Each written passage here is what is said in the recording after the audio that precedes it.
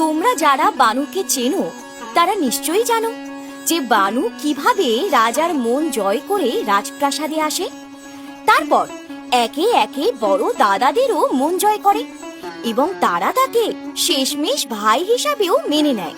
তারপর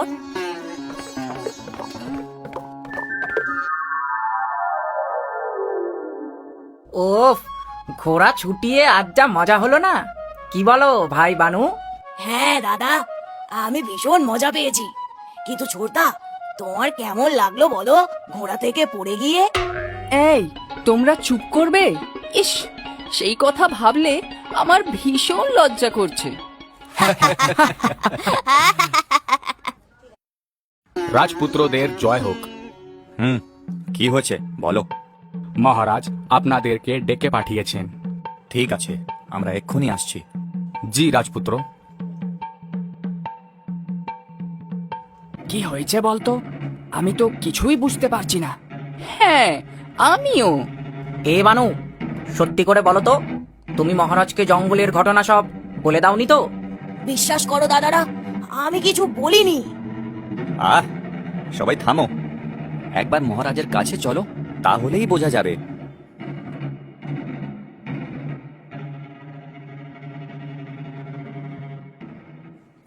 আমাদেরকে ডেকেছিলেন মহারাজ? এই তো তোমরা সব চলে এসেছো। বাহ বাহ, তোমাদেরকে একসঙ্গে দেখে আমার খুব ভালো লাগছে। তা তোমাদেরকে আমি কিছু বলতে চাই। কি মহারাজ? দেখো, তোমাদের সকলেরই বিয়ের বয়স হয়েছে, তাই আমি ভাবছিলাম শুভ কাজে আর দেরি না করে উপযুক্ত পাত্রী খুঁজে তোমাদের বিয়েটা দিয়েই দিই। কি বলো তোমরা? মহারাজ, আপনি আপনি যেটা ভালো বুঝবেন।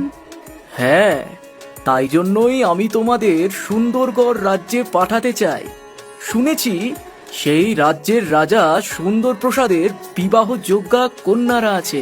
আশা করি সেখানে গিয়ে তোমরা তোমাদের সঠিক সাথীকে নির্বাচন করতে পারবে। কিন্তু বানু, তুমি... মহারাজ, কিছু যদি মনে না করেন তাহলে ভাইও আমাদের সাথে চলুক না। ওর ঘোরাফেরাও হবে, আর ভগবানের ইচ্ছা থাকলে ও ওর মনের সাথীকেও পেয়ে যেতে পারে। ঠিক আছে, তবে তোমরা যখন চাইছো তাই হোক। ধন্যবাদ মহারাজ, ধন্যবাদ দাদারা। তোমরা সবাই যাওয়ার জন্য প্রস্তুত? হ্যাঁ দাদা। এ কি বানু ভাই, তুমি এখনো তৈরি হওনি? তোমার ঘোড়া তলোয়ার কোথায়? না মানে, ঠিক আছে দাদা, আমি এখনই আসছি। এই লেজুরটাকে সঙ্গে নিয়ে যাওয়ার কি খুব দরকার ছিল সেজদা? চুপ কর, যেটা বুঝিস না সে ব্যাপারে কথা বলিস না। আমি চাই ও ওখানে গিয়ে অপমানিত হোক। তার মানে তোমরাও ওকে এখনো তাহলে মেনে নিতে পারোনি? না, কখনোই না। সেদিন শুধু ক্ষমা চেয়েছিলাম মহারাজ ব্যাপারটা জানলে গর্দান যাওয়ার ভয়। ঠিক বলেছ, কিন্তু এইবার আর অত কাঁচা খেলা খেলবো না।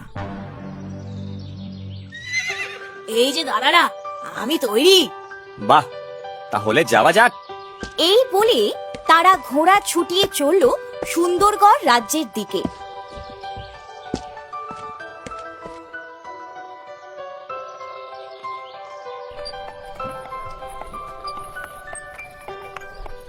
এদিকে সেই রাজ্যের রাজা সুন্দর প্রসাদেরও ছিল 5 রানী আর 5 মেয়ে। কিন্তু বড় রানীর ষড়যন্ত্রতে ছোট রানী আর তার মেয়ে থাকে প্রাসাদের পিছনের বাগানে কুঁড়ে ঘরে। ছোট রানীর মেয়ে দেখতে সবচেয়ে সুন্দরী হলেও রাজার কাছে বাকি রানীরা বলেছে যে সে হাবাগোবা, কালা বোবা এবং বাঁদরের মতন দেখতে। তাই তার জন্মের পর থেকে রাজা তার মুখও দেখেনি। সেই জন্যই ছোট রানী আর তার মেয়ের দুঃখের শেষ নেই। মা, আমি কি কোনোদিনও রাজকুমারের মতো সুখ পাবো না? বাছা, সব কিছুরই একটা শেষ থাকে। আমাদেরও দুঃখের দিন খুব তাড়াতাড়ি শেষ হবে, তুই দেখিস। ওদিকে সুন্দরগড় পৌঁছে বাকি রাজপুত্রদের সম্মান জানিয়ে সিংহ দরজা খুলে দিলেও বানুকে কিছুতেই ঢুকতে দিল না। সে বাঁদর বলে তাকে অপমান করে তাড়িয়ে দিল। আর রাজকুমাররা যেহেতু এটাই চাইতো, তাই তারা কোনো প্রতিবাদ করলো না। উল্টে আরো মজা দেখার জন্য বলল, বানু, তোমাকে যে করেই হোক প্রাসাদে ঢুকতেই হবে। তুমি বরং পিছনের দিক দিয়ে এসো। আমরা তোমার জন্য অপেক্ষা করব ভাই।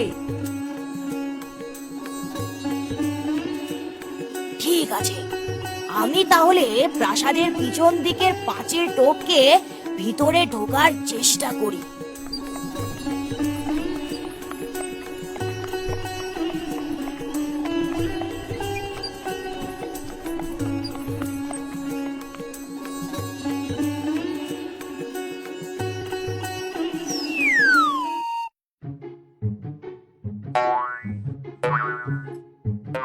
বলি, ও ছোট, ও মালা কার গলায় দিবি শুনি? তোকে আবার কে বিয়ে করবে লো? ঠিক বলেছিস দিদি। জানিস ছোট, ভিন রাজ্য থেকে 4 রাজপুত্র এসেছে আমাদেরকে বিয়ে করবে বলে। ও আর শুনে কি করবে বল? ওর জন্য তো আর কেউ আসবে না। তুই বরং এই মালা এই জঙ্গলের কোনো ইঁদুর বাদরেরই গলায় দিস। অমন করে বলছো কেন দিদি? তোমরা সুখী হও, আমি সব সময় চাই, কিন্তু দয়া করে আমাকে এমন অভিশাপ দিও না। ঠিক এই সময়ই বানু পাঁচিল টপকে বাগানে পড়ায় সবাই ভয় পেয়ে গেল। আর ভয়তে ছোট রাজকুমারীর হাতের মালা উড়ে গিয়ে পড়লো বানুর গলায়। তুই সত্যি সত্যি বাঁদরকেই বিয়ে করলি রে মুকুরি? না, আমি ইচ্ছা করে করিনি। এটা কোনো বিয়ে নয়। তুই চুপ কর। কারুর গলায় মালা দেওয়াই মানে বিয়ে। চল তোরা এখনই মহারাজকে গিয়ে কথাটা জানাতে হবে। তারপর দেখতে দেখতে কথাটা রাষ্ট্র হয়ে গেল যে ছোট রাজকুমারী বাঁদরকে বিয়ে করেছে। আর এই কথা শুনে 4 রাজপুত্রর আর কিছুই বুঝতে বাকি রইল না। তাদের আগে বানুর বিয়ে হয়েছে শুনে প্রথমে রেগে গেলেও পরে বানুর বউ কালা বোবা আর দেখতে বিচ্ছিরি শুনে মনে শান্তি পেল। কিন্তু তারাও আর দেরি না করে সেই রাজকুমারীর মুখ না দেখে চটপট বিয়ে করে নিল আর রাজ্যে ফিরে যাওয়ার জন্য প্রস্তুত হলো। রাজা সুন্দরপ্রসাদ তাদেরকে একটা বিশাল ময়ূরপঙ্খী নৌকা দিল। তারপর তারা বিদায় জানিয়ে নৌকায় গিয়ে বসলো আর বানুর জন্য অপেক্ষা করতে লাগলো। এদিকে বাঁদরের সাথে মেয়ের বিয়ে হয়েছে শুনে ছোট রানী তো কেঁদে ভাসায়।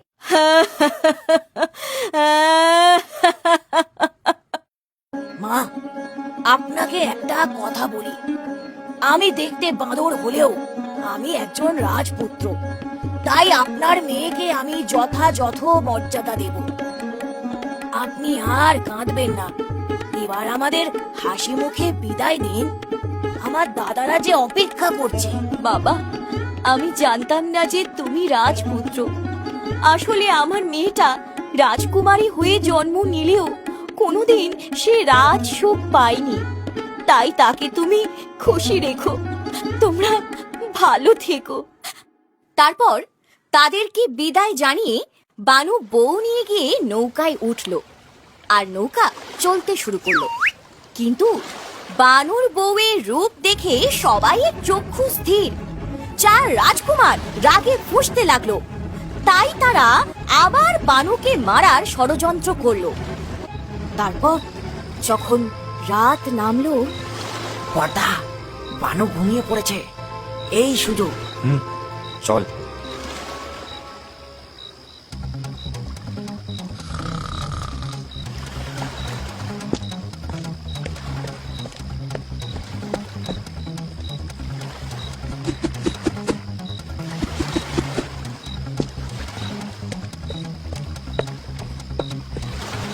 ইয়াহ!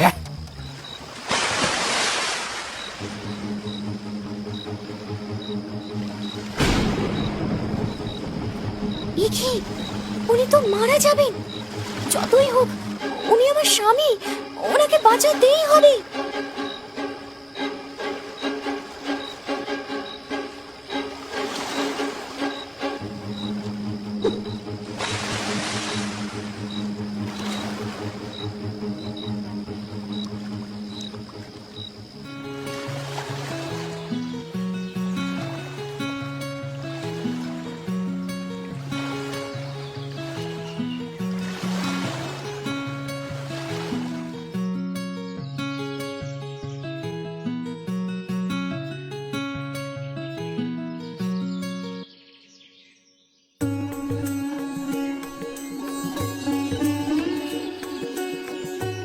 এসো এসো, আজ আমি খুব খুশি, আমি ধন্য হলাম।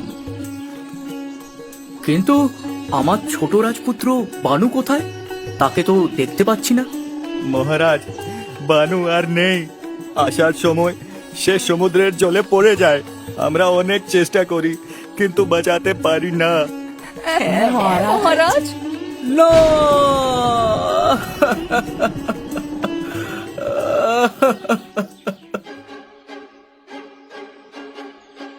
আপনি কাঁদবেন না, আমি এখানে মহারাজ।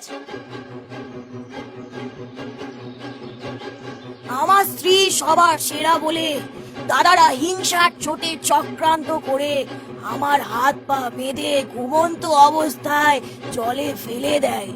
কিন্তু আমার স্ত্রীর বুদ্ধির জোরেই আজ আমি বেঁচে ফিরেছি।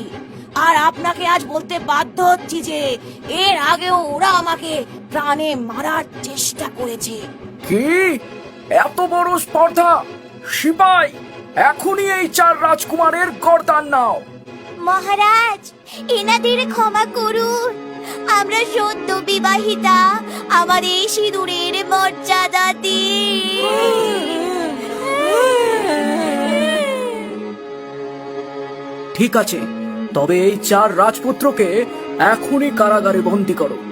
আমার ভাবতে ঘেন্না লাগছে যে এরা আমার ছেলে। তখনই সিপাহীরা এসে 4 রাজপুত্রকে বন্দি বানিয়ে নিয়ে যায়। তারপর রাজা আর রানী বানুকে ফিরে পেয়ে আর তার লক্ষ্মী প্রতিমার মতন বউকে দেখে আনন্দে আটখানা হয়ে যায়। সারা রাজ্যে খুশির হাওয়া ছড়িয়ে পড়ে।